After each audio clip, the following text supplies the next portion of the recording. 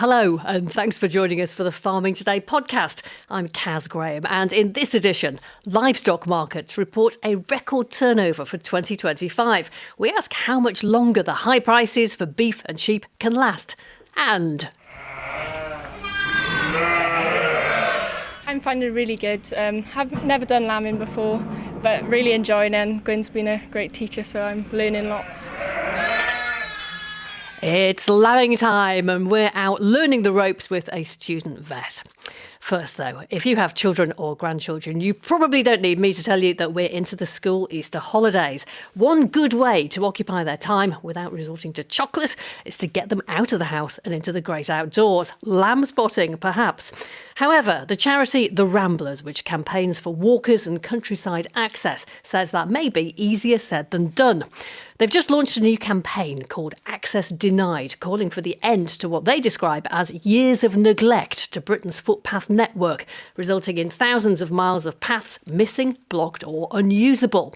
Brendan Paddy from the Ramblers has been telling me about their research, in which they spoke to 2,000 people.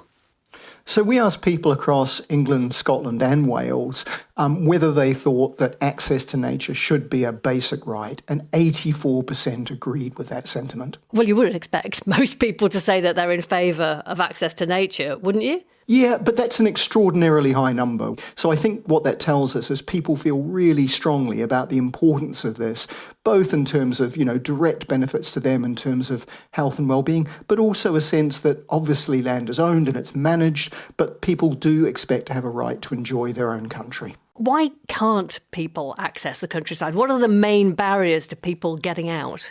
So in some cases it's information, and that's something that we can obviously play a hand in ourselves in sort of guiding people towards good places to go and explore. But in a lot of cases it's really basic infrastructure, so paths that are in a shocking condition, missing signposts, track surfaces themselves terribly degraded, missing stiles or small footbridges over little waterways and ditches.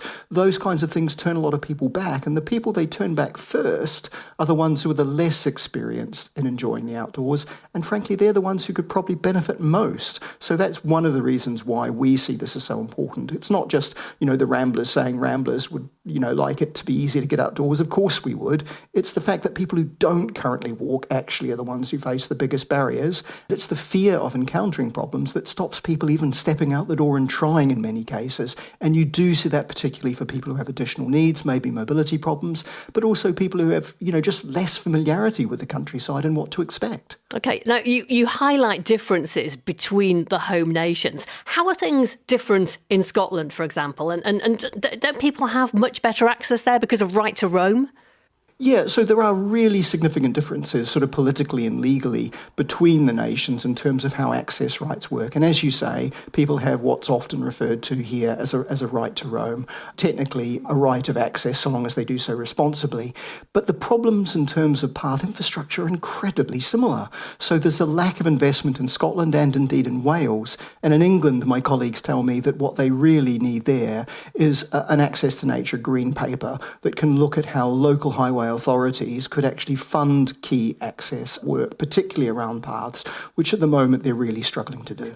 And Brendan, where do you think farmers and landowners lie in this issue? Well, we know, as the Ramblers, speaking to farmers and landowners, that they do have concerns about people visiting their land, but frequently what we hear is it's a problem with the way those visits are managed rather than the behaviour of the majority of those visitors. We think there's actually a shared interest here between visitors and landowners, that there is a proper plan, that there is proper investment where that's what's called for, to make sure that visitors are well informed about the appropriate behaviour in the countryside, and also that they have the infrastructure to help them stay right and behave in ways that are going to be predictable and not cause problems for landowners and managers. And of course, in some parts of the UK as well, there are incentives for encouraging more people onto your land for improving footpaths, aren't there?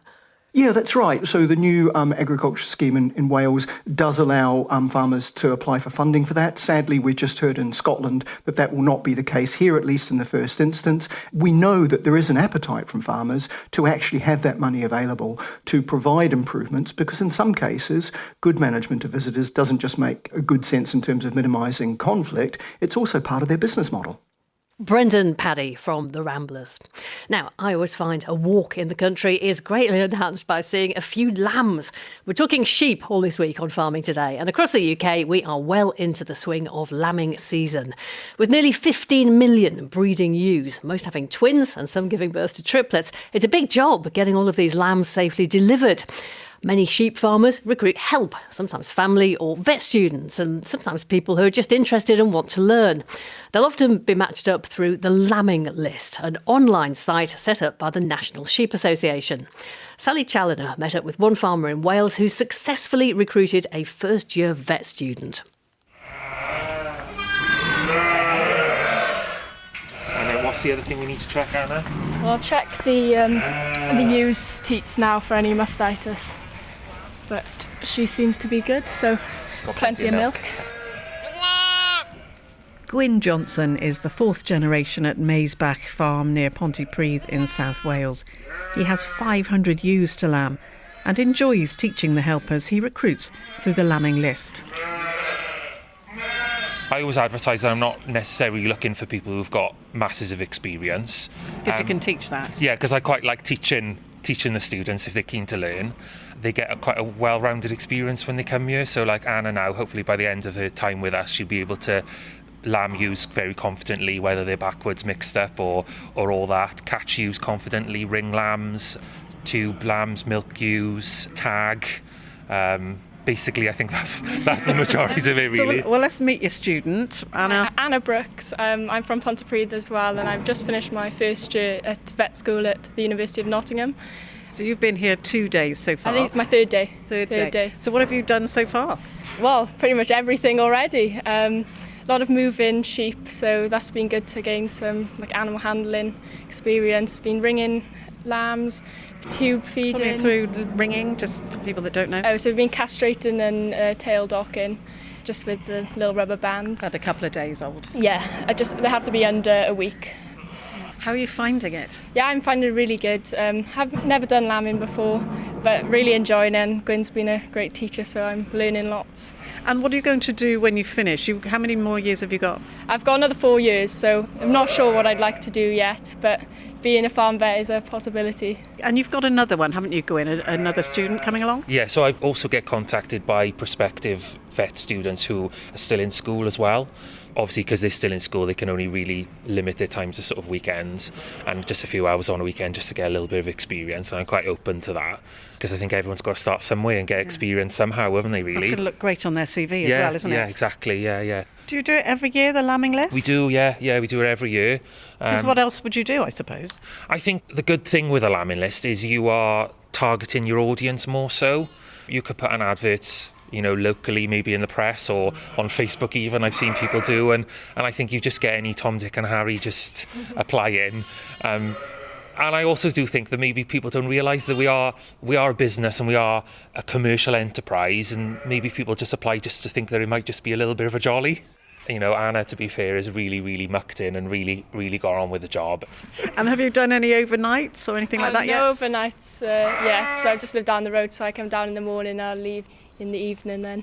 And do you know how many you've delivered so far? Oh, I'm not sure, I haven't kept count, but quite a lot. Gwyn's letting me do the majority of them, and then if I need any help I can just ask him and he'll help me. So Anna's just found a ewe now that's had her first lamb. She's a set of twins, so she's just now going to get this ewe in a pen with her lamb. So I'm just putting my hand up now to see if I can feel anything. And it looks like it's quite close. I can feel two legs and a head. So I'll just pull the one leg at the moment because they're quite close to the end. Oh, but coming straight out. Oh, and there it is. Excellent, well done. Oh, well done. There you go. Oh, new spring life in Pontypridd. And we heard there from Anna Brooks and Gwyn Johnson. Those lambs might well pass through their local auction mart at some point, hopefully turning a decent profit for Gwyn Johnson, the farmer. Livestock markets in England and Wales have reported record-breaking figures for 2025. The latest numbers from the Livestock Auctioneers Association show that turnover was up almost £500 million to just under £3 billion in total, a 20% rise year on year. And that's despite a reduction in the number of both sheep and cattle in the UK. I asked Alistair Brown from the Livestock Auctioneers Association why turnover has risen so much. There's a couple of things really. One is people coming back to the auctions, which is fantastic, which has certainly drawn people and stock back into the markets. And obviously, of course, the uplift in prices has caused a significant amount of uplift as well. Much higher values, demand across all the classes of stock that we see in the markets. We're talking about sheep production all this week on Farming Today. How good a year was 2025 for sheep sales? 2025 was exceptional for us. Prices have drawn farmers back into the markets. We've just seen now Easter and the Festival of Eid lifting the prices tremendously amount in the last month for old season and new lambs. So that's also drawing people back into the markets. And is this high demand perhaps a result of the reduction in the size of the national flock and the national herd of cattle? There are simply fewer animals around, therefore there's higher demand. I think there's a lot more people eating lamb, and it's been exported a great deal more than what we've been doing over the past 10 years or so. I think that's reflecting in the actual demand of it. But generally, yes, if there's less about, it's a simple supply and demand case that's lifted the prices. Yeah, we regularly report on this programme about the pressures that farmers are facing through increased costs, things like feed, fertiliser and particularly at the moment fuel. But these figures seem to suggest that there is plenty of confidence in the industry, certainly in the livestock industry. There seems to be a fantastic amount of promise and towards the future. It seems really, really good. Even though all these prices of fuel and everything else, feed and fertiliser, are going up through the roof, there still seems to be a massive amount of confidence in the sheep job. This is the second or maybe third even, you can tell me, year of high demand and high prices. Are they set to stay, or do you think this is a bubble that is going to burst? Just let me clean my crystal ball. I believe that it's going to stay. We can see ourselves, a population growing in just the UK, never mind around the world. So, there's no reason why there shouldn't be any less demand for what we've got.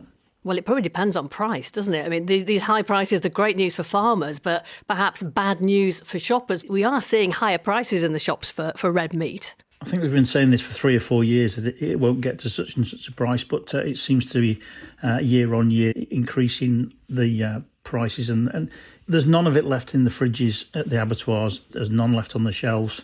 It seems somebody seems to be eating it, however dear it gets.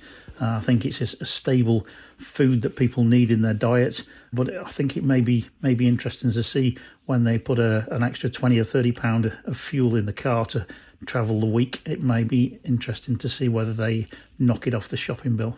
Is there a danger? Do you think that consumers will just stop buying red meat because it is too expensive when they look at their overall weekly shopping basket, including petrol or diesel? I think it looks to be getting in a very nice luxury, but people are still eating it. I don't think there's any shortfall of people eating more vegetables than do meat. They've been saying this for many a year now, that the vegetarians are, there's going to be more of those people than red meat eaters, but, it doesn't seem to make a great deal of difference. Alistair Brown from the Livestock Auctioneers Association. And that's all from us for today. I'm Kaz Graham. The producer is Rebecca Rooney, and Farming Today is a BBC Audio Bristol production.